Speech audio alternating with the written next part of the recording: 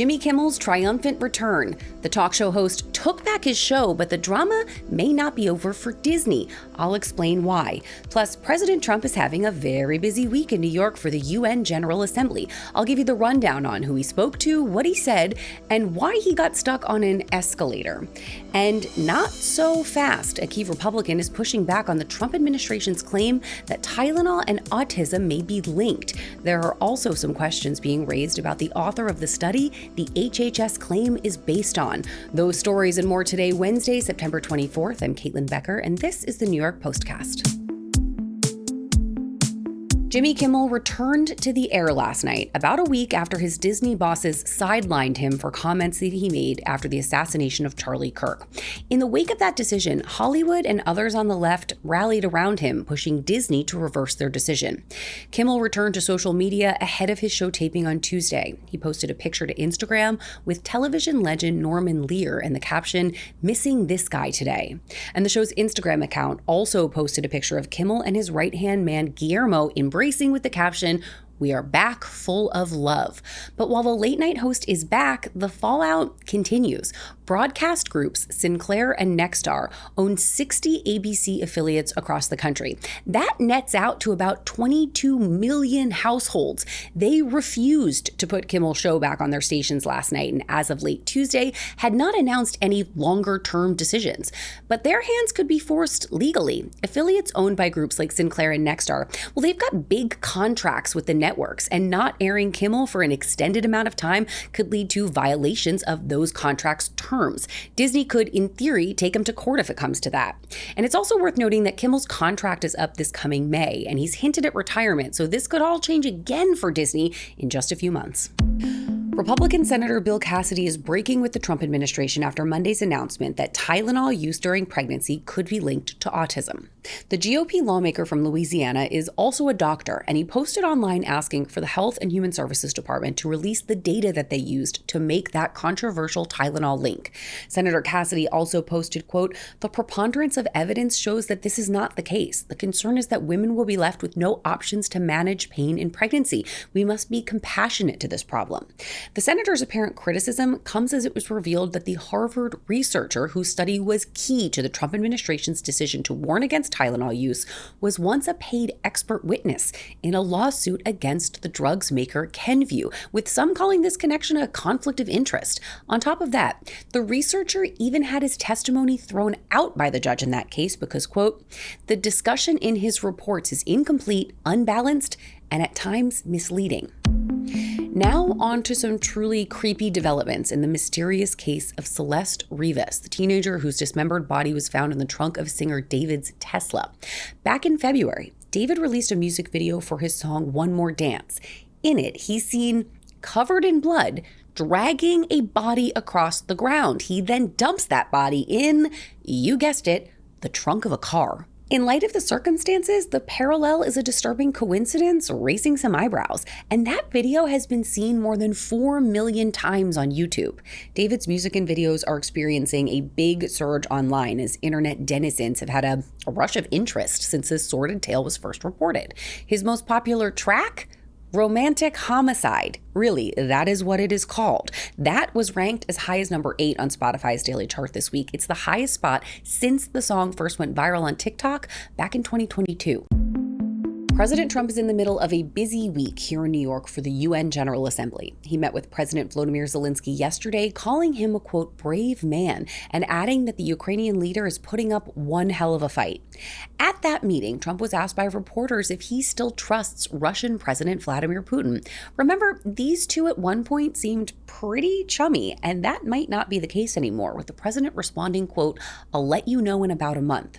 He also offered his most bullish thoughts on Ukraine's chances on the battlefield, saying the country is, quote, "in a position to fight and win all of Ukraine back in its original form."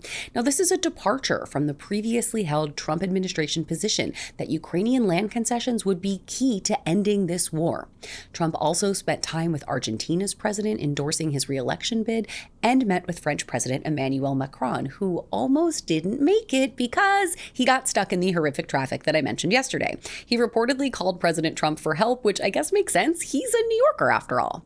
Meanwhile, inside the UN, the president delivered a formal and fiery address to the full assembly, where he lashed out at the UN, warning Europe that their countries are, quote, going to hell, and had this to say about climate change policy.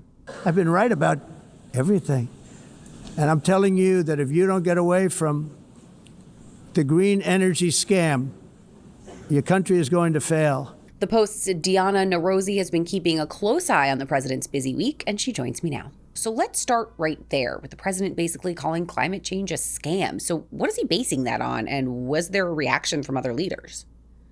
I mean, he didn't go into the nitty-gritty, the details in his speech about climate change, but it was a continuation of the rhetoric that he's used before and that Republicans have used before, that countries like China and other countries around the world that don't take climate change seriously are just producing all of this pollution and all of this waste, while countries in the West, like the United States, do take it more seriously. So I think to him, that was just another way of saying that, you know, if we make efforts and other countries don't, that we still won't be able to meet the levels that the United Nations is calling for in terms of lowering the temperature, in terms of lowering pollution around the world. Now, President Trump touched on many, many topics at the UN General Assembly, and he also criticized Europe's leaders about having open borders. Now, we have covered the president's massive immigration crackdown in the U.S. a lot here on the podcast. So what exactly is it that he wants to see in Europe, and what kind of impact might that have? Yeah, to begin his speech, he talked about all the things that he's done in his administration so far, including closing the southern border, which of course has prevented hundreds of thousands of people from coming in, according to estimates. And he issued a direct warning and advice to European leaders who were all sitting there, all watching his speech, saying that if you don't stop immigration or cut back on immigration and even deport people who are in your country right now, then, he was very blunt, and he said that your countries will be ruined and that the Western civilization will be ruined, something to that effect, because people are coming in through Europe legally and illegally. He didn't really make that distinction, and changing the culture and the very fabric of Europe, at least according to Trump. And he talked about the mayor of London and about other European leaders that are just having this free flow of migration. And again, this was a very direct warning saying, if you don't stop this, your countries will be unrecognizable. The last thing I want to ask you about is the president lashing out at the UN, basically saying the organization is just empty words while he's over there around the globe solving crisis after crisis after crisis. Then he met with the UN Secretary General. So do we know what came out of that meeting? Yeah, there was a little bit that we found out, and he met with him right after his speech. And even though he had very scathing remarks in his speech and, calling the UN basically a nothing burger, saying that they don't do much while he's solving or at least attempting to solve these world conflicts, when he met with the Secretary General, they had a very good conversation, or at least a positive one publicly. And the Secretary General said that the U.S. is very important in the United Nations. And Trump said that, they have good relations with each other. So even though he made that speech in that meeting and in meetings going forward with Macron and Zelensky and the Argentinian president, everyone was super positive towards Trump. So that was very interesting. And Macron got there. He wasn't stuck trying to get around New York City, which is, I guess, good for him there. Deanna, thank you so much for being on top of all of the twists and turns out of the UN. Thanks, Galen. And one more quick note from the UN before we move on. It's Escalator Gate. In order to get to the podium, President Trump had to take one of the building's escalators, but just a few seconds after he and the First Lady stepped on it, it abruptly stopped. According to the Times of London, staffers were overheard joking earlier this week that they should stop the escalators and blame the budget since, as the London Times put it, the Trump administration has been withholding cash. That report prompted White House Press Secretary Caroline Leavitt to call for an official investigation. Now, the UN says that the automatic emergency mechanism was inadvertently triggered by whomever was in front of the first family. We will keep you posted on all of the breaking escalator details. Get it? Elon Musk's father, Errol, is being accused of sexually abusing 5 of his children and stepchildren. And in one even more disturbing claim, one of his stepdaughters, with whom he has a child, that child accused Errol of inappropriately touching him. It took me a minute to wrap my head around that. So for clarity, Errol has a son with his stepdaughter. The stepdaughter is the mom.